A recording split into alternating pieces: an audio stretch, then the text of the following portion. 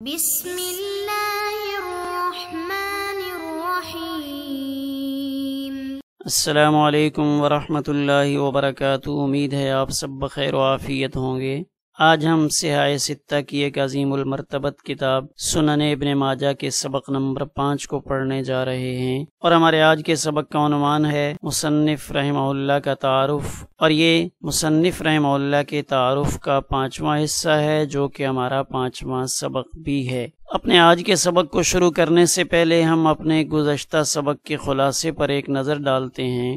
گزشتہ سبق مصنف رحمہ اللہ کا تعارف چوتھا حصہ تھا۔ اپنے گزشتہ سبق میں ہم نے اہل علم کی ثنا گوئی، آپ کے لیے لفظ حافظ کا استعمال، محدثین کے ہاں حافظ کا مطلب، اور آپ کا فقہی مسلک کیا تھا، اس سے متعلق تفصیل جانی۔ اب ہم اپنے آج کے سبق کے خلاصے پر ایک نظر ڈالتے ہیں۔ مصنف رحمہ اللہ کا تعارف یہ 5واں حصہ ہے۔ اپنے آج کے سبق میں ہم اصحاب صحاح ستہ کی وفات کا تذکرہ، اصحاب صحاح ستہ کی تاریخ وفات کا چارٹ، خلافت عباسیہ اور امام ابن ماجہ رحمہ اللہ تعالی کی وفات پر مرثیہ، ان 4 باتوں کی تفصیل ہم اپنے آج کے سبق میں پڑھیں گے۔ آئیے اب ہم اپنے آج کے سبق کی تفصیل کی جانب بڑھتے ہیں۔ بسم اللہ الرحمن الرحیم۔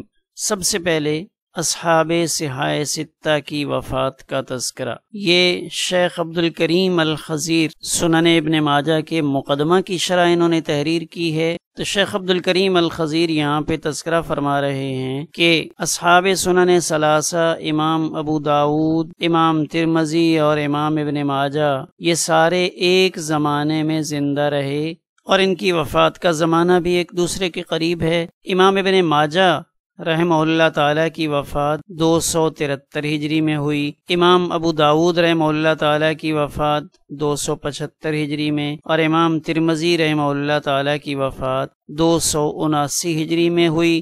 فہم متقاربون، تو گویا کہ اس ایک عشرے کے اندر، یعنی 71 سے لے کر 79 تک، اس میں ان تینوں ائمہ عظام کا، ان تینوں محدثین کا انتقال ہوا ہے۔ تو اس سے تھوڑا سا پیچھے چلتے ہیں، تو قبلہم، ان سے پہلے امام مسلم رحمہ اللہ تعالی، ان کی وفات 261 ہجری میں ہوئی۔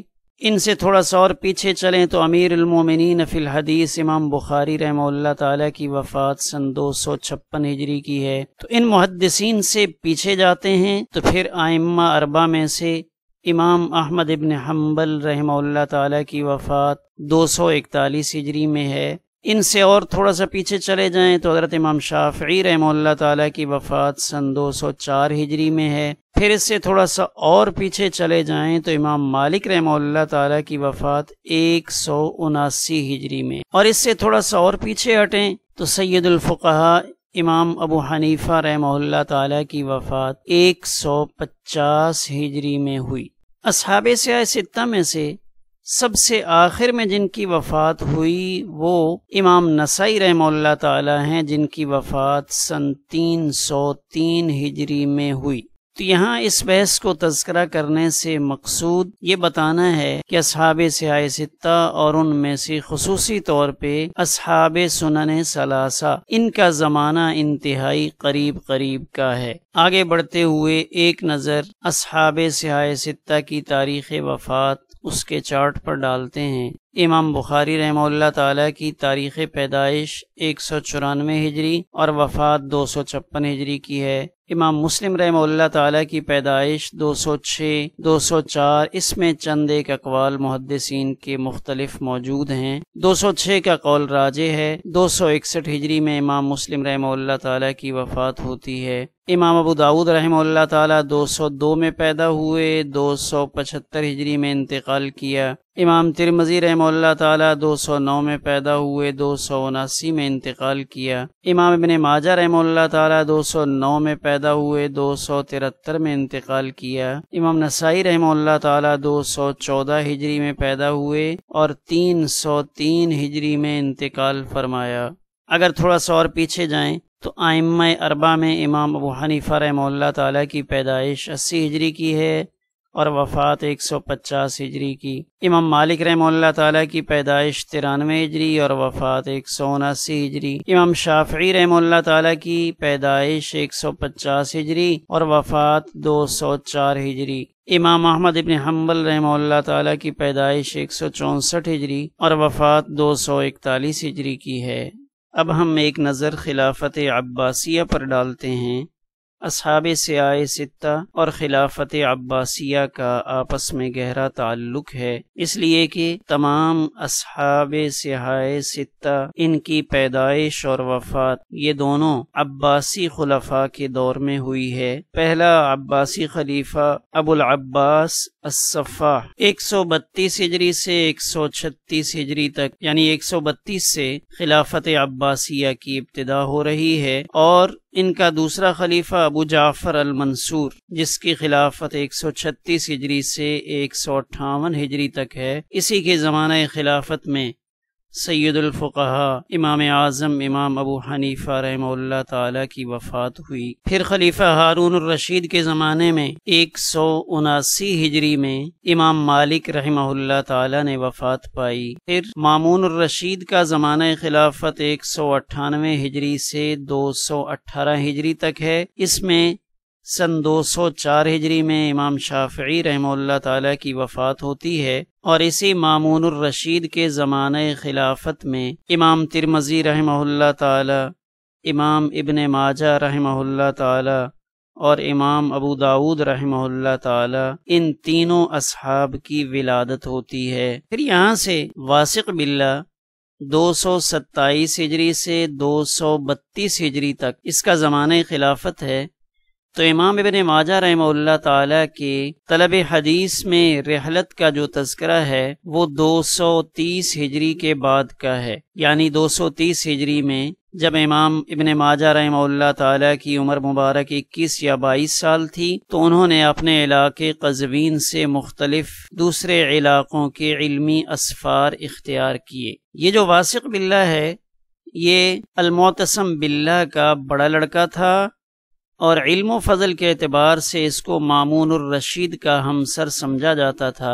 واسق باللہ کے بعد اس کا چھوٹا بھائی المتوکل علی اللہ جب تخت نشین ہوا تو اس سے محدثین بہت خوش ہیں، اس لیے کہ اس نے اپنے عہد خلافت میں ایک بہت بڑا فتنہ جس نے امت کو آزمائش میں مبتلا کیا، فتنہ خلق قرآن، اس کو بیک جنبش قلم موقوف کر دیا، اور اس نے محدثین کو اپنے پاس بلا کر یہ حکم دیا کہ صفات الہی اور رؤیت باری تعالیٰ کی احادیث کو برملا بیان کریں۔ اب یہاں دیکھیں 232 ہجری سے لے کر 247 ہجری تک اس کا زمانہ خلافت ہے، یعنی تقریباً 15 سال بن رہے ہیں۔ تو اس لیے قیاس یہی ہے کہ امام ابن ماجہ رحمہ اللہ تعالیٰ کی رحلت علمیہ کا زمانہ متوکل کی تخت نشینی کے چند سال بعد ختم ہوتا ہے۔ اس کے بعد بظاہر ایسا معلوم ہوتا ہے کہ امام ابن ماجہ رحمہ اللہ تعالی اپنے وطن قزوین کو لوٹ گئے ہوں گے، اور پھر بقیہ زندگی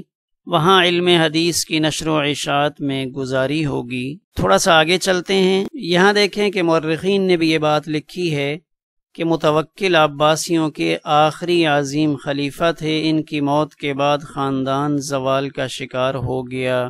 تو متوکل کے بعد المنتصر باللہ، المستعین باللہ اور المعتز باللہ بالترتیب یہ لوگ خلیفہ بنے۔ خلفاء عباسیہ میں 14ویں خلیفہ کا نام المہتدی باللہ ہے۔ تو مہتدی کی خلافت 255 سے رجب 256 تک ہے، اور آپ کے علم میں ہے کہ امیر المومنین فی الحدیث سیدنا امام بخاری رحمہ اللہ تعالی کی وفات یکم شوال 256 ہجری کی ہے۔ یکم شوال یعنی عید الفطر کا دن ہے۔ تو امام بخاری رحمہ اللہ تعالی کی وفات المہتدی باللہ کے زمانہ خلافت میں ہے۔ امام بخاری اور امام نسائی رحمہم اللہ تعالی کے علاوہ اصحاب سیاہ ستہ میں سے بقیہ 4 محدثین، امام مسلم رحمہ اللہ تعالی، امام ابو داود، امام ترمذی اور امام ابن ماجہ رحمہم اللہ تعالی، ان چاروں کی وفات المعتمد باللہ کے زمانہ خلافت میں ہوئی۔ اس کا زمانہ خلافت 256 ہجری سے لے کر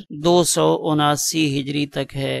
ان چاروں محدثین کی وفات المعتمد باللہ کے زمانہ خلافت میں ہوتی ہے، اور اصحاب سیاہ ستہ میں سے امام نسائی رحمہ اللہ تعالی کی وفات المقتدر باللہ اس کے زمانہ خلافت میں جو 295 ہجری سے لے کر 320 ہجری تک ہے، اس کے درمیان ہوتی ہے، اس لیے کہ امام نسائی رحمہ اللہ تعالی کی وفات 303 ہجری میں ہوئی، تو گویا کہ تمام اصحاب سیاہ ستہ اور تمام ائمہ اربع ان سب جلیل القدر محدثین اور فقہا کی وفات خلافت عباسیہ میں ہوئی ہے۔ اب ہم دیکھتے ہیں کہ امام ابن ماجہ رحمہ اللہ تعالی کی وفات کب ہوئی۔ امام ابن ماجہ رحمہ اللہ تعالی کی وفات کا تذکرہ ہم یہاں دیکھتے ہیں۔ وَرَأَيْتُ بِقَزْوِينَ له تاریخا علی الرجال والامصار من عہد الصحابۃ الی عصرہ وفی آخرہ بخط جعفر بن ادریس صاحبہ، جو امام ابن ماجہ رحمہ اللہ تعالی کے شاگرد تھے، انہوں نے یہ بات ذکر کی، مات ابو عبداللہ محمد بن یزید بن ماجہ المعروف یوم الاثنین، سوموار کے دن آپ کی وفات ہوئی اور آپ کو منگل کے دن دفن کیا گیا، اور رمضان المبارک کے پورا ہونے میں ابھی 8 دن باقی تھے، یعنی 22 رمضان المبارک کو امام ابن ماجہ رحمہ اللہ تعالی کی تدفین ہوئی، لثمان بقین من شہر رمضان من سنت 73 و 200، 273 ہجری میں آپ نے انتقال فرمایا۔ وسمعتہ یقول، اور آپ کے شاگرد جعفر ابن ادریس کہتے ہیں، سمعتہ یقول کہ میں نے خود امام ابن ماجہ رحمہ اللہ سے یہ سنا کہ وہ فرمایا کرتے تھے کہ ولدت فی سنت 9 و 200، کہ میں 209 ہجری میں پیدا ہوا، وماتا، اور جب آپ کی وفات ہوئی تو اس وقت ان کی عمر مبارک 64 سال تھی، 64 سنتاً، وصلی علیہ، اور آپ کی نماز جنازہ آپ کے بھائی ابو بکر نے پڑھائی۔ امام ابن ماجہ رحمہ اللہ تعالی کی وفات پر 2 مشہور شعراء نے مرثیے کہے، ان میں سے پہلا مرثیہ یحییٰ ابن زکریہ الطرائفی نے کہا، جس کا ایک شعر یہاں پہ نقل کیا گیا ہے، ایا قبر ابن ماجہ غصت قطرا ملسا بالغداۃ وبالعشی، اے ابن ماجہ کی قبر، تجھ پر بارش برستی رہے مسلسل صبح اور شام، یعنی اللہ کی رحمتیں آپ کی قبر پر برستی رہیں۔ جبکہ دوسرا مرثیہ محمد ابن اسود قزوینی نے کہا ہے، لقد اوہا دعائم عرش علم وزعزع رکن فقد ابن ماجہ، کہ ابن ماجہ کی وفات نے سریر علم کے ستونوں کو توڑ کر اور اس کے پایوں کو منہدم کر کے رکھ دیا ہے۔ وخاب رجاء ملہوف کئیب یداویہ من الداء ابن ماجہ، اور وہ درد مند دکھی کہ جس کی ابن ماجہ چارہ سازی کیا کرتے تھے، اس کی دوا کیا کرتے تھے، اس کی آس ٹوٹ چکی ہے۔ الا للہ ما جنت المنایا علینا من یخطفها ابن ماجہ، کہ موت نے اچانک ابن ماجہ کو جھپٹ کر جو ہم پر زیادتی کی ہے، اس کی فریاد صرف اللہ ہی سے ہے۔ محمد الذی ان عد یوما مصابیح الدجا عد ابن ماجہ، وہ محمد ابن ماجہ کہ اگر کسی دن دنیا کے چراغوں کا شمار کیا جائے تو ضرور ان میں ابن ماجہ کا شمار بھی ہو۔ فمن یرجا لعلم او لحفظ بشرح بین، پھر اب علم و حفظ کے سلسلہ میں کس سے امید لگائی جائے کہ وہ امام ابن ماجہ جیسی شرح کر سکے گا۔ ومن لمصنفات مسندات ومنتخباتها بعد ابن ماجہ، اور مصنفات، مسندات اور ان کے منتخبات اب ابن ماجہ کے بعد کون کر رہا ہے؟ ومن یعط الذی آتاہ ربی من التمیز والفقہ ابن ماجہ، اور وہ کون ہے جس کو ملتی ہے وہ قوت بیان اور وہ فقاہت جو میرے رب نے ابن ماجہ کو عطا کی تھی۔ ایا عبد الالہ مضیت فردا وما خلفت مثلک یا ابن ماجہ، اے ابو عبداللہ، اے ابن ماجہ، تم یکتائے زمانہ بن کر اس دنیا سے رخصت ہوئے، اور اے ابن ماجہ تم نے اپنی نظیر نہیں چھوڑی۔ رحم اللہ الامام ابن ماجہ رحمتا واسعتا وغفر له مغفرتا جامعتا، آمین یا رب العالمین۔